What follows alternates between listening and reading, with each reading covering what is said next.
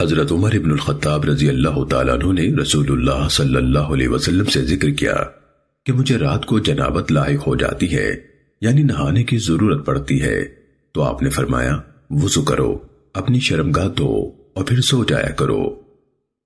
سننے ابو داود حدیث نمبر 221۔ ام المومنین حضرت عائشہ رضی اللہ تعالیٰ عنہ بیان کرتی ہیں کہ نبی صلی اللہ علیہ وسلم کو جب غسل لازم ہوتا اور آپ سونا چاہتے تو وضو کر لیتے، نماز والا وضو۔ سننے ابو داود حدیث نمبر 222۔ محمد بن صباح بزاز قال حدثنا ابن مبارک عن یونس عن زہری کی سند سے اس کے ہم معنی مروی ہے، اور اس میں اضافہ ہے کہ اور جب آپ حالت جنابت میں ہوتے ہوئے کچھ کھانا چاہتے تو اپنے ہاتھ دھو لیتے۔ امام ابو داود رحمہ اللہ کہتے ہیں کہ ابن وہب نے بواسطہ یونس اس کو روایت کیا تو کھانے کے قصے کو ان کا قول بنا دیا، یعنی حضرت عائشہ رضی اللہ تعالیٰ عنہ پر موقوفاً روایت کیا ہے، جبکہ صالح بن ابی الاخضر بواسطہ زہری وہی بیان کرتا ہے جو ابن مبارک نے کہا، یعنی نیند اور کھانے دونوں کا ذکر کیا، مگر اس سند میں شک ہے کہ حضرت عائشہ رضی اللہ تعالیٰ عنہ سے روایت لینے والا عروہ ہے یا ابی سلمہ، اور اوزاعی نے بواسطہ یونس عن زہری عن النبی صلی اللہ علیہ وسلم اسی طرح روایت کیا ہے جیسے کہ ابن مبارک نے۔ سننے ابو داود حدیث نمبر 223۔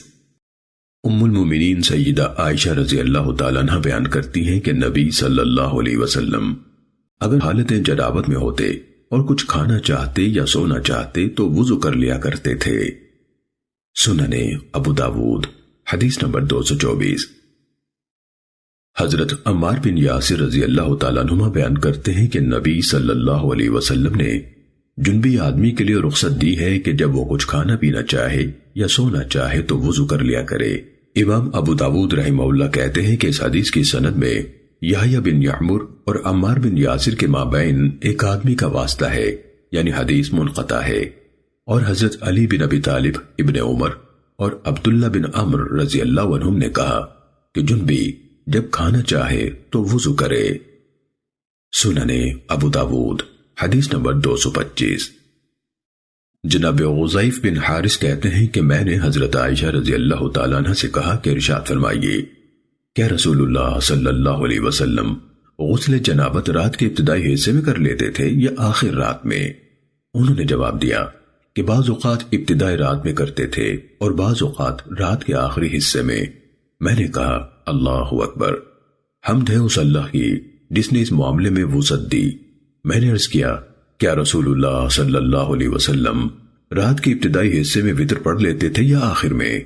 انہوں نے کہا کبھی رات کے ابتدا میں اور کبھی آخر میں پڑھتے تھے۔ میں نے کہا اللہ اکبر، حمد ہے اس اللہ کی جس نے اس معاملے میں وسعت رکھی۔ میں نے کہا یہ فرمائیے کیا رسول اللہ صلی اللہ علیہ وسلم قرآن مجید اونچی آواز سے پڑھتے تھے یا خاموشی سے؟ فرمایا کہ کبھی اونچی آواز سے پڑھتے تھے اور کبھی دھیمی آواز اور خاموشی سے۔ میں نے کہا اللہ اکبر، حمد ہے اس اللہ کی جس نے اس معاملے میں وسعت رکھی۔ سننے ابو داود حدیث نمبر 226۔